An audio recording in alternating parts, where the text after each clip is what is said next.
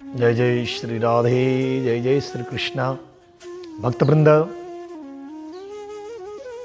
आज जो है गजेंद्र मोक्ष की कथा हम लोग सुनते हैं संक्षिप्त में।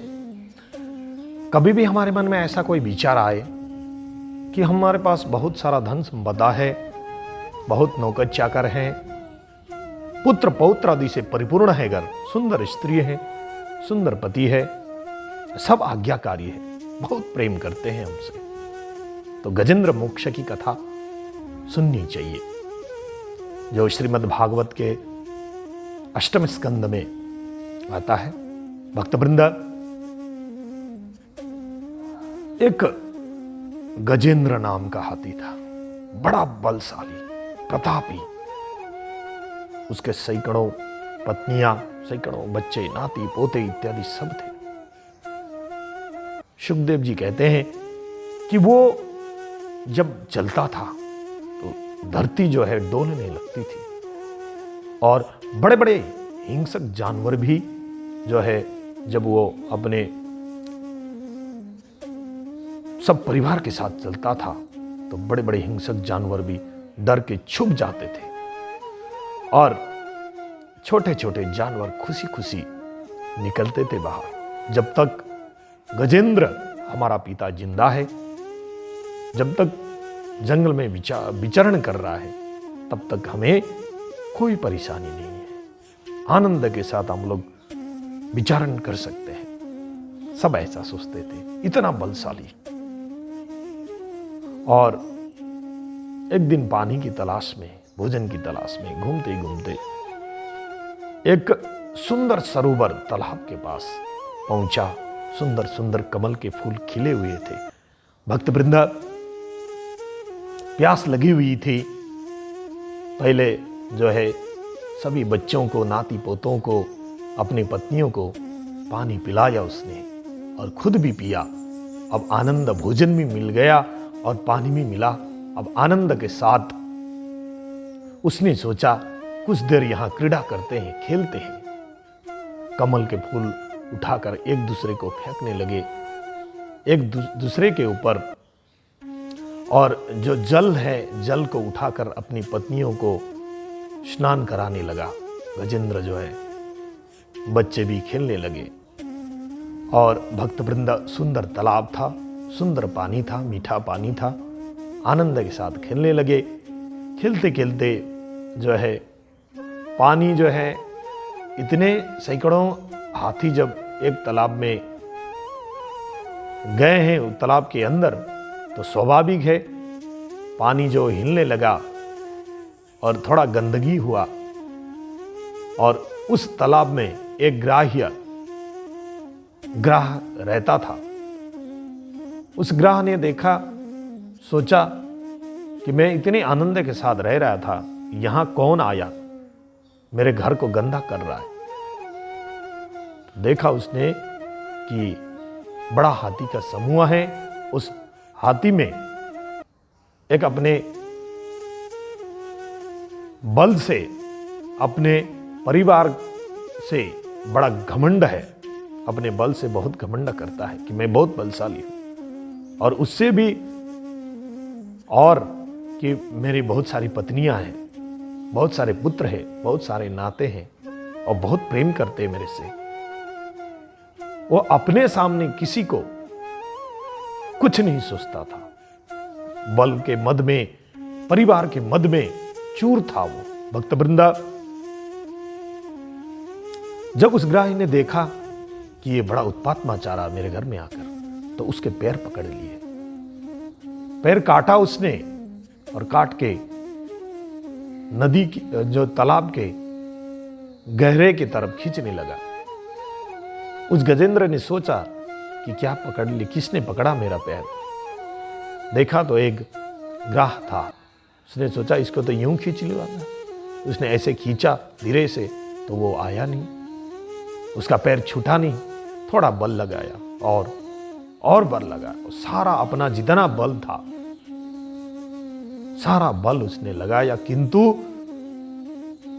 अपने पैर से उस ग्राह को छूटा नहीं पाया। उसने सोचा अब तो मेरे प्राण जाएंगे।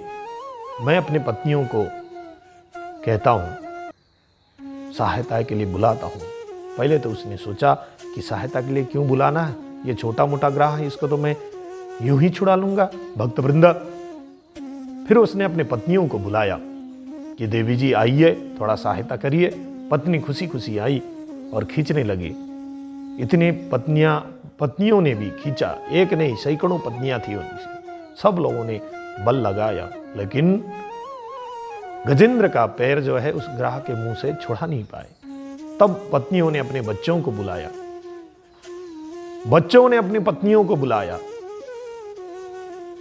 उन्होंने अपने बच्चों को बुलाया। इस तरह से गजेंद्र की पत्नियां, उनके पुत्र, उनकी बहुएं, उनके नाती पोते सब लगे खींचने के लिए, लेकिन उस ग्राह के मुंह से गजेंद्र का जो है पैर छुड़ा नहीं पाए। अब तो बच्चे भी थक गए, पत्नियां भी थक गई, नाती भी थक गए, पोते भी थक गए, बहुएं भी थक गई। उन्होंने सोचा कि ये तो बूढ़े हो चुके हैं, ये अकेले के लिए हम सब क्यों मरे, इसको छोड़ देते हैं यहीं पे। और अपने काम में वो सब निकल गए, अपनी प्राण को बचाने के लिए सब निकल गए। भक्तवृंदा, कुछ इसी तरह से हम सोचते हैं हमारे जीवन में बहुत सारा धन संपत्ति है, बच्चे हैं, सुंदर पत्नी है, सुंदर पति है, नौकर चाकर इत्यादि हमारे पास बहुत है, सब आज्ञाकारी है, बहुत प्रेम करते हैं हमसे, और उसके वो सोचते हुए हम परमपिता परमात्मा को भूल जाते हैं। और वही मारने वाला भी वही है, बचाने वाला भी वही परमात्मा है। उस गजेंद्र ने आखिर में अपने सारे सांसारिक रिश्ते नाते, पत्नियां सभी ने छोड़ दिया, तो उस रिश्ते नाते को त्याग करके उसने परम पिता परमात्मा से अपना रिश्ता जोड़ लिया और उनकी स्मरण की, उनसे सहायता मांगा। परम पिता परमात्मा तुरंत प्रकट हो गए और उस ग्राह्य का सुदर्शन चक्र से धड़ से अलग कर दिया सर, और दोनों को परम मोक्ष को प्राप्त कराया। भक्तवृंदा, गजेंद्र मोक्ष की बहुत लंबी जो है सुंदर प्रसंग है, वीडियो जो है बहुत लंबा बन जाएगा। तो भक्तवृंदा, हमें इस इतिहास से यही सीखना चाहिए कि जो है संसार तो क्षणिक, संसार में जितने भी सुख सुविधाएं हैं, जो भी है, सब सांसारिक क्षणिक है, कुछ देर के लिए है, किंतु असल जो है उस परमात्मा से नाता जोड़ना है। हम सांसारिक नाता से, हाँ, इस संसार में आए हैं तो अपने बच्चों के प्रति माता पिता का कर्तव्य पूर्ण निभाना चाहिए, और बच्चे भी अपने माता पिता के कर्तव्य से विमुख न हो। उनकी सेवा इत्यादि जो कर्तव्य है, जो बच्चे का कर्तव्य है माता पिता के प्रति, उसको करना चाहिए। सब अपने अपने कर्तव्य को जो है आनंद से निभाना चाहिए, किंतु उसमें ही हम जुड़े रहें और उस परम पिता परमात्मा को भूल जाएं, या कहें कि उसी को ही सच्चा माने, इस सांसारिक सुख सुविधा को ही सच्चा माने और उस परम पिता परमात्मा को छोड़ दें। तो भक्तवृंदा, जिस तरह से जो गजेंद्र के सैकड़ों पत्नियां, सैकड़ों बच्चे थे, लेकिन अंत समय में जो है कोई काम नहीं आया। जब उनको तकलीफ हुई, जब दुख हुई, जब सहायता की बात थी, तो कुछ देर के लिए सब लोग सहायता करने लगे, किंतु अंततः उस परमात्मा परम पिता को ही गजेंद्र को पुकारना पड़ा। भक्तवृंदा, क्यों ना हम समय रहते हुए, कई बार हम लोग सोचते हैं कि अभी हमारा भजन का समय नहीं है, किंतु भगवत भक्त वृंदा भजन का कोई समय देखा नहीं जाता है। सुबह शाम दिन रात छोटे बड़े सब उस परमपिता परमात्मा को हमेशा याद करते रहे। समय कभी जो है वो इंतजार नहीं करता किसी का, वो तो निरंतर चलता रहता है।